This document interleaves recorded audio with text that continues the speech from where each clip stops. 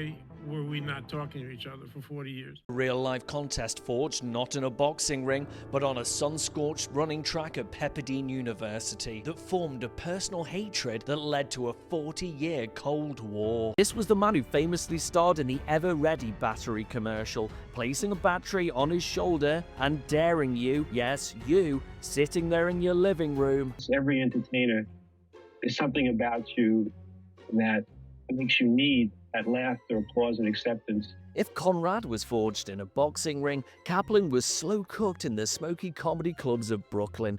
Specifically, they demanded their stars compete in a televised athletic crucible known as Battle of the Network Stars. I don't like your show at all, Jimmy! And Conrad was hardly in a charitable mood. His pre-game warning that he wasn't there to play because he plays games with his kids. How at any failure, Freddie Silverman has told us that you will have to make a guest appearances on our show, so we're going out to win. So you see, even before it started, there was a complete clash of philosophies. One man believes this is war, the other believes that this is a silly show where he just has to run around in shorts for a few hours, you know, have fun. It was obviously the running relay race, where things went nuclear. In a moment belonging in a museum of awful batonship, he smashes into Joanna Patet like she just smacked a battery off his shoulder. And we have decided that on the last lap, Ben Murphy started considerably far ahead of his mark, and had he started where he belonged, first and second place would have been reversed. NBC has won the race, NBC is second, and CBS is third. And wow!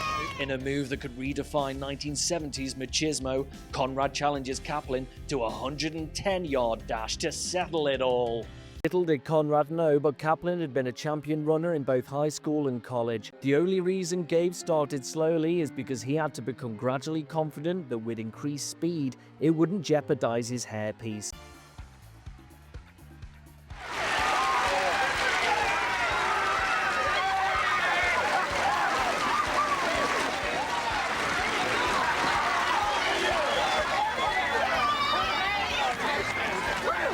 Robert Conrad had been defeated.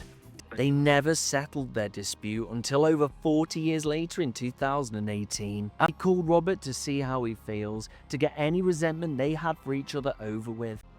They spoke like old war combatants and buried the hatchet, becoming like friends. It was a feud fueled by ego, broadcast in standard definition, and ultimately resolved by the quiet wisdom that only comes with age.